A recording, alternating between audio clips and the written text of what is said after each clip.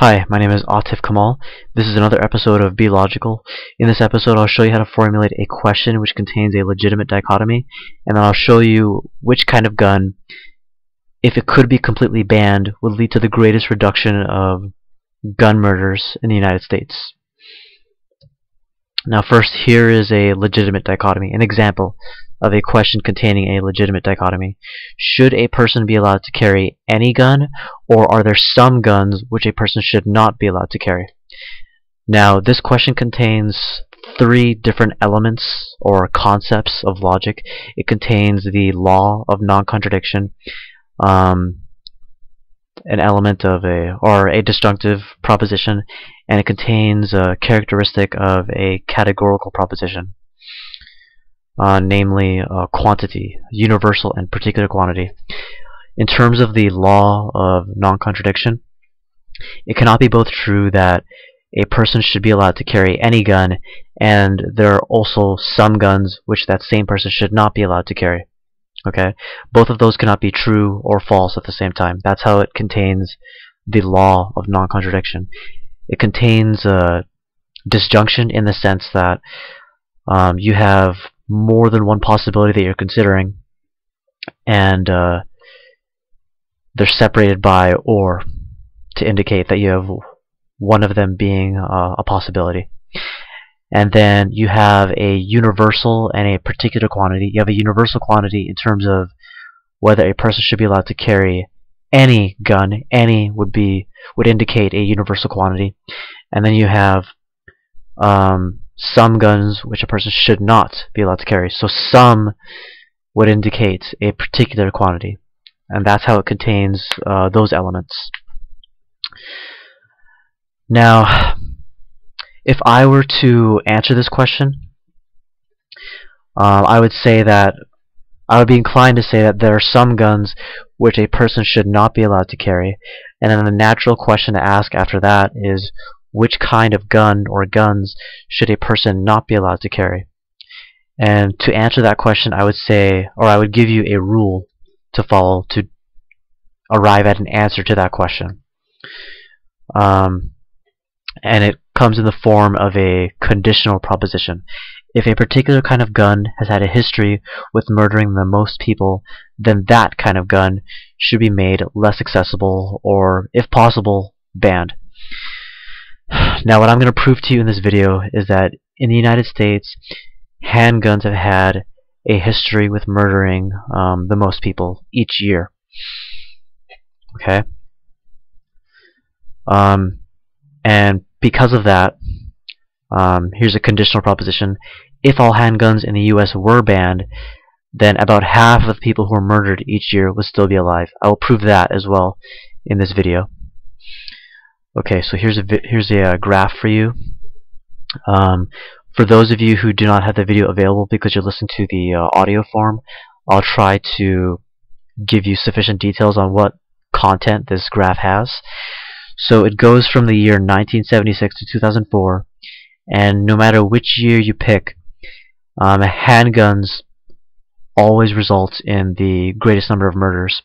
And sorry, before I continue, where I got this graph was from the Bureau of Labor Statistics, which is an office of the U.S. Department of Justice.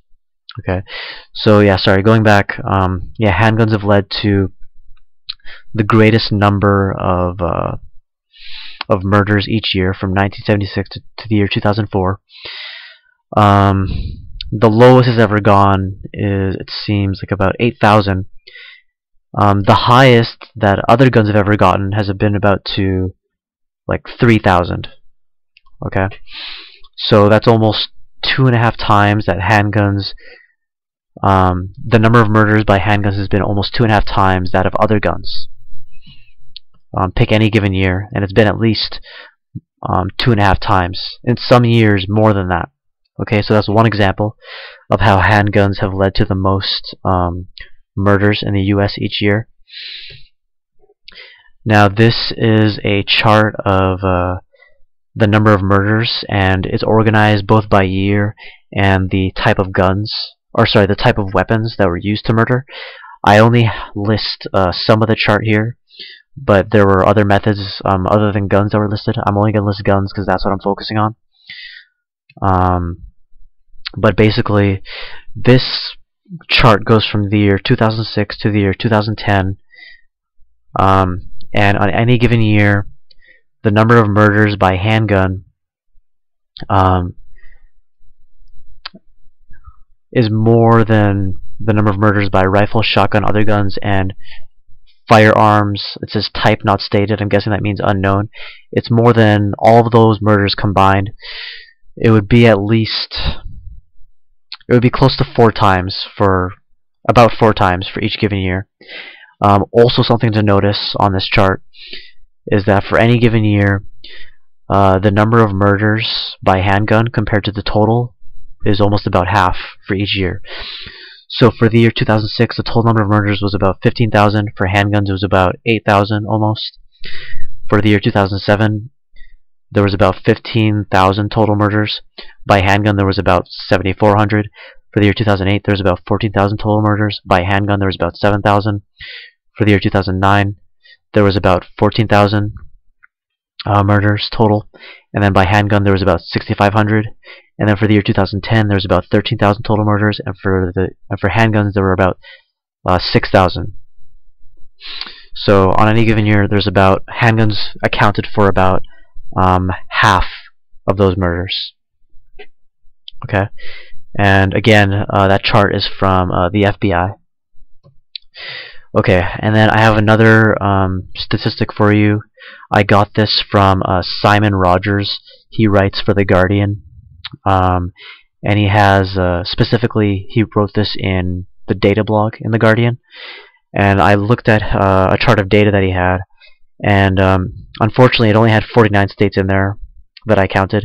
It didn't have all 50, but in 41 out of 49 states, handguns caused the most murders in 2010. Okay. Alright, so based on that information, number one, if it was possible to completely ban handguns, then that would lead to about the reduction of total murders by half each year. Okay, and that's based on about 34 years of history, which I just briefly went over with you, based on those graphs and those charts, or that chart. Okay, and